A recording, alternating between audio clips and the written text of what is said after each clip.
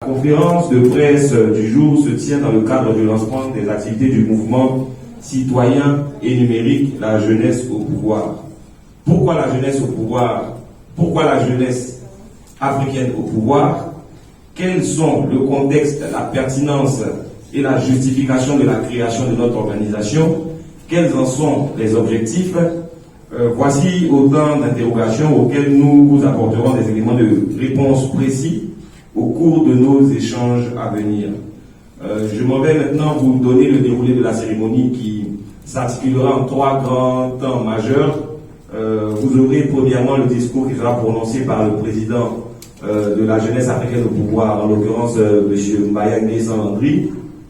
Ensuite, on vous présentera de façon exclusive notre plateforme numérique qui est le site web www.jap.africa, présentation qui sera faite par M. Gildas Assaye. Et enfin, nous aurons la traditionnelle session des questions et des réponses. Je pense que sans aucune autre forme de transition, je vais passer la parole à notre président, M. Nguessan-Mbaya-Landry, pour... Mesdames et messieurs, chers jeunes de Côte d'Ivoire et d'Afrique, le mouvement citoyen et numérique Jeunesse africaine au pouvoir, en abrégé JAP, voudrait par ma voix vous souhaiter la traditionnelle bienvenue dans ce somptueux cadre du Pullman Hotel à Abidjan-Plateau. Comme mon collaborateur l'a dit tout à l'heure, je suis M. Mbaya Nguessan. La cérémonie qui nous réunit ce matin revêt un caractère particulier, car il s'agit pour nous de lancer officiellement les activités de notre association en Côte d'Ivoire et partant dans toute l'Afrique.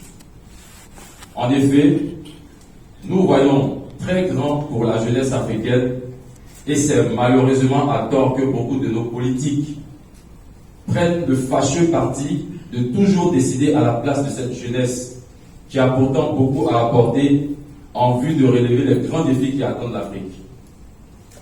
Il en va ainsi de la question du genre, la mondialisation, le développement durable, la lutte contre les grandes pandémies, les extrémistes diverses et les différentes formes de discrimination. Mesdames et messieurs, imaginons ensemble une jeunesse africaine suffisamment formée et responsabilisée, qui arrive à contribuer effectivement et efficacement au renouveau de notre chère Afrique. Une jeunesse capable de créer de la richesse et vivre pleinement le rêve de prospérité, de paix, de stabilité et de développement durable en Afrique. Oui, une jeunesse capable de prendre en main son propre destin, de définir par elle-même ce que doit être l'Afrique de demain et non être confinée dans un rôle de simple auditeur ou spectateur de politiques purement intuitives et subjectives, définies pour elle par des personnes qui sont très loin de comprendre ses aspirations. Chers participants, voici le monde que nous appelons de tous nos vœux, des vœux que nous souhaitons ne pas rester purement pieux, car une Afrique nouvelle, totalement émergente et intégrée est possible. Mais celle-ci ne peut se réaliser pleinement que si sa population majoritairement jeune et qui constitue un réel avantage démographique est formée, outillée, puis mobilisée pour aider à la conduite des programmes d'intégration, de paix et de développement durable de l'Afrique. Nous pensons pour notre part qu'un leadership fort et responsable et une intégration africaine réussie doit être fondée sur la participation, l'investissement et la prise en compte de l'énorme potentiel de la population africaine dont les jeunes sont un pilier essentiel, sinon le pilier principal. Malheureusement, cet énorme potentiel reste sous-exploité, pour ne pas dire totalement et tragiquement inexploité. Chers invités, voici pourtant une population africaine estimée à plus d'1 milliard de personnes, dont plus de 60% sont des jeunes hommes et femmes âgés de 15 à 35 ans.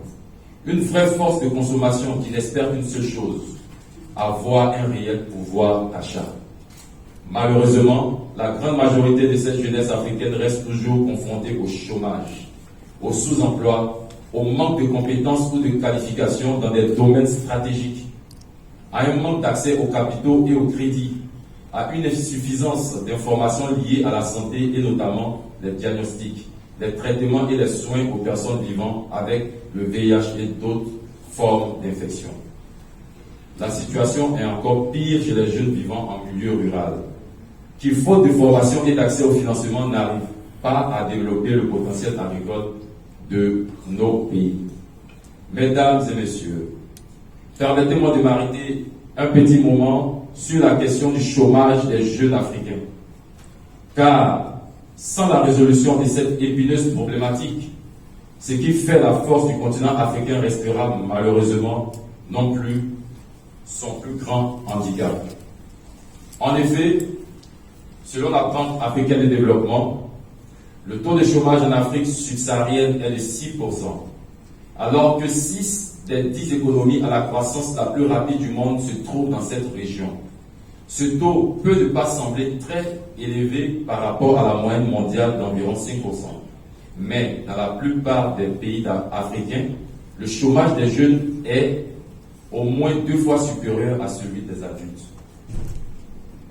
Souligne la base, ça c'est la base.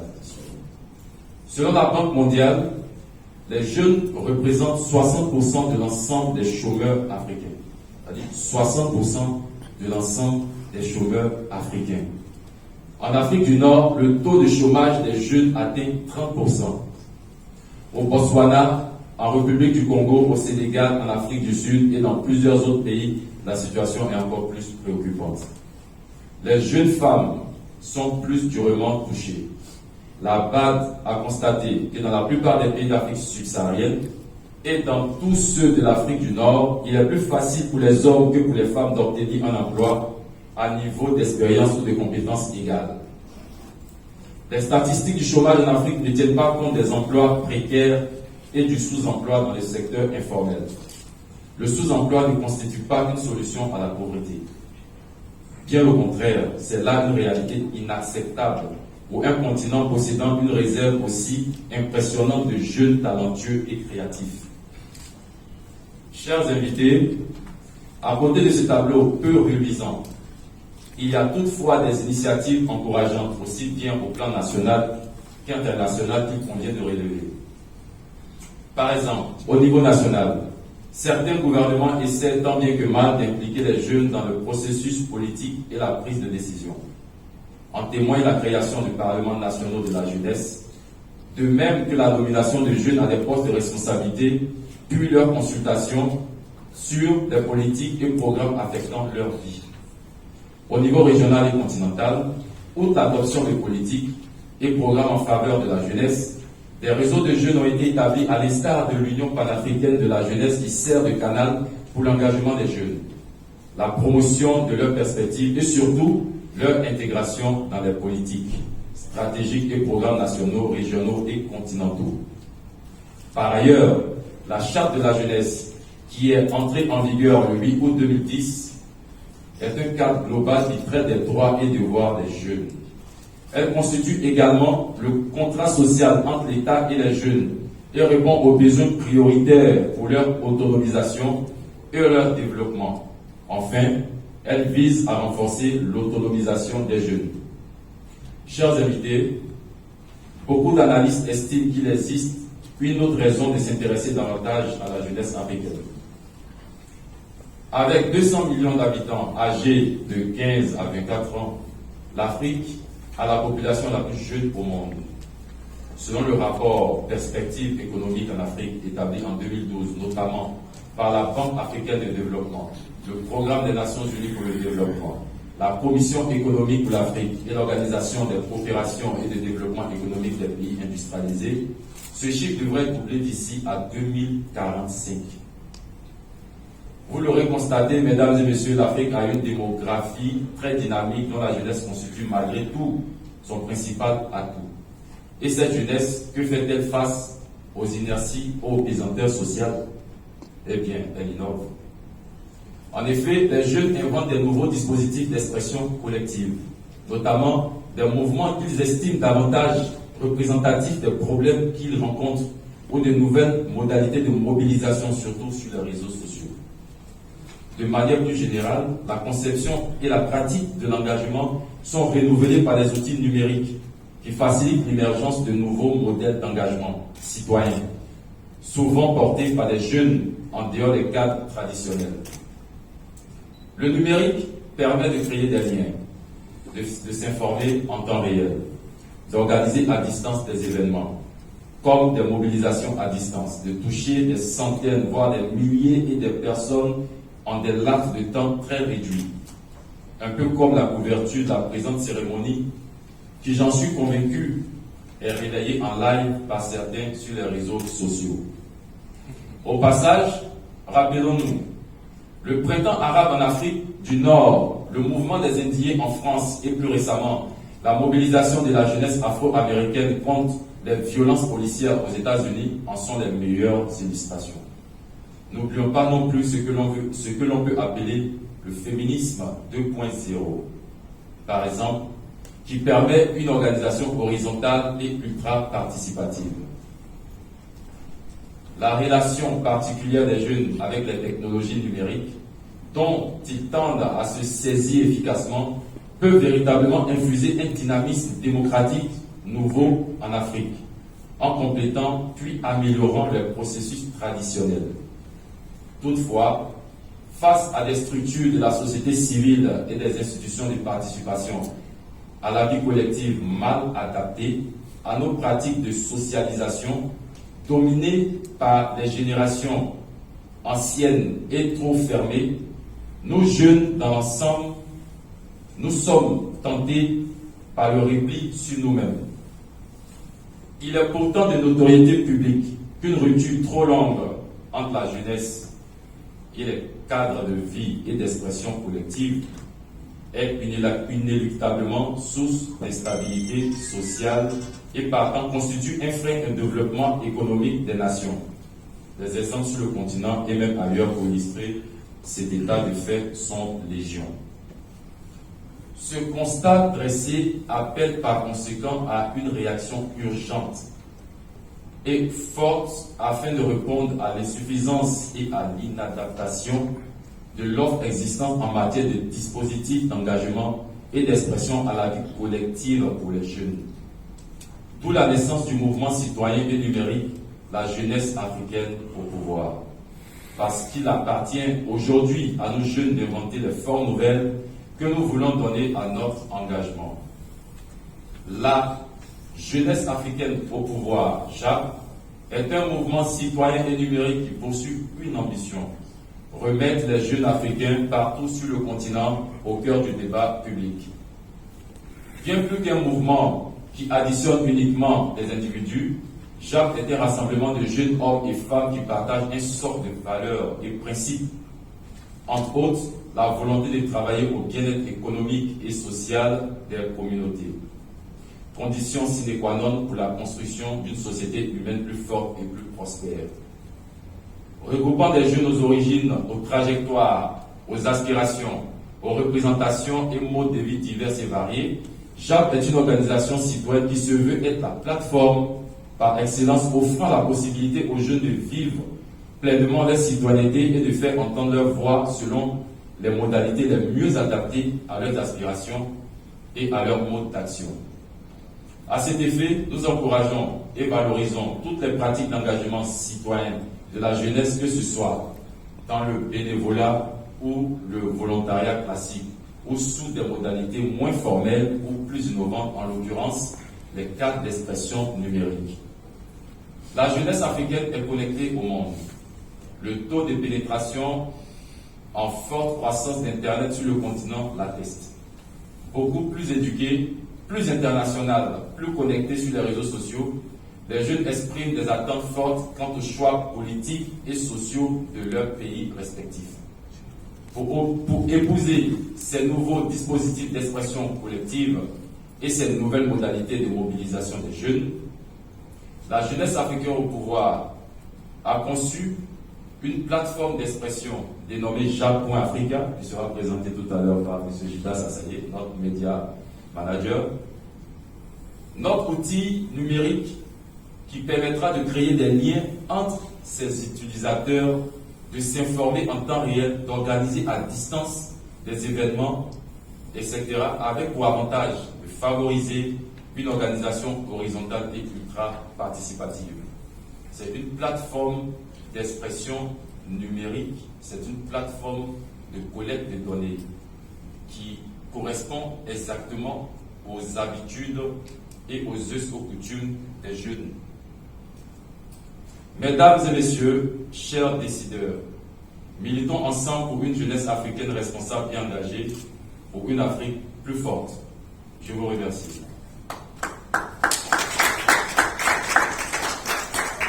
Je vous passe la parole. Merci. Donc, je vous connecte rapidement pour jeter ça aux écrans.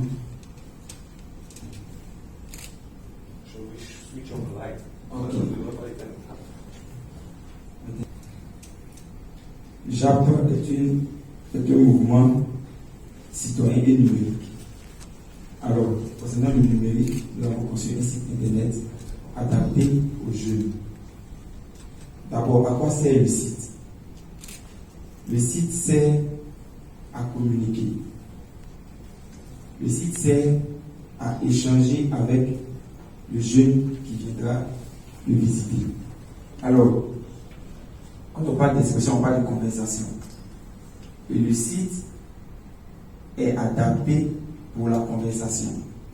C'est-à-dire a été calqué sur le chat, comme les jeunes l'aiment si bien, avec les WhatsApp, Facebook, Messenger, même avec le SMS. Voilà. Donc, tout jeune peut se retrouver facilement à utiliser le site internet. Depuis quand le site existe, ça fait peut-être 2 mois maintenant que le site existe. Quel est son objectif? Le président l'a dit aussi dans son discours. Son objectif est de donner la parole aux jeunes, à tous les jeunes d'Afrique, pour trouver un cadre d'échange. Ensuite, comme vous le voyez, nous avons 4 rubriques. J'adhère, je découvre, je dénonce et je propose. La conversation. Donc, quand on clique sur j'adhère, la conversation commence. Quand tu cliques sur je découvre, il y a une autre conversation. Je dénonce, il y a la conversation. Et je propose aussi à sa conversation. Je ne veux pas cliquer sur ces différentes rubriques. Je vais vous laisser la latitude de pouvoir le faire vous-même. Et il est adapté aussi au téléphone portable. Pour le déplacement et aussi pour cet engouement. Parce que franchement, si on est un peu intéressé par un sujet, on ne pose pas des questions. On ne retient même pas. On ne retient pas poser quand on pose des questions. Donc vraiment, merci beaucoup pour votre présence et pour vos questions. Qui nous ont quand même poussé dans nos derniers retranchements. Et à très bientôt. Voilà. Merci. On vous applaudit. Qui se veut être une plateforme d'expression pour fédérer des jeunes en vue d'éveiller les consciences, de faire la promotion de l'entrepreneuriat, de faire la promotion de l'excellence et de ramener la jeunesse africaine aux valeurs traditionnelles africaines. D'accord, mais la plateforme numérique que vous avez créée, elle va servir à quoi de Cette plateforme numérique, c'est une plateforme stratégique, dans le sens où c'est une plateforme qui, à la base, est une plateforme de collecte de données. Vous imaginez les jeunes qui dénoncent, comment je peux dire ça, les jeunes qui dénoncent le népotisme au Congo, en Côte d'Ivoire, vous avez des données. Des jeunes qui sont au chômage, qui ont été victimes d'injustice, qui dénoncent, vous avez des données, ce sont des données vraiment sélectives et précises. Et aussi, vous avez les informations importantes qui permettent à ces jeunes d'innover, comme connaître et comprendre. Dans cette rubrique, vous avez des boîtes à idées. Voilà, vous avez des idées, des projets et tout. Donc c'est un peu tout ça qu'on essaie de mettre en place. Voilà, pour la jeunesse africaine et pour nous-mêmes aussi, parce que nous aussi nous sommes jeunes. Voilà.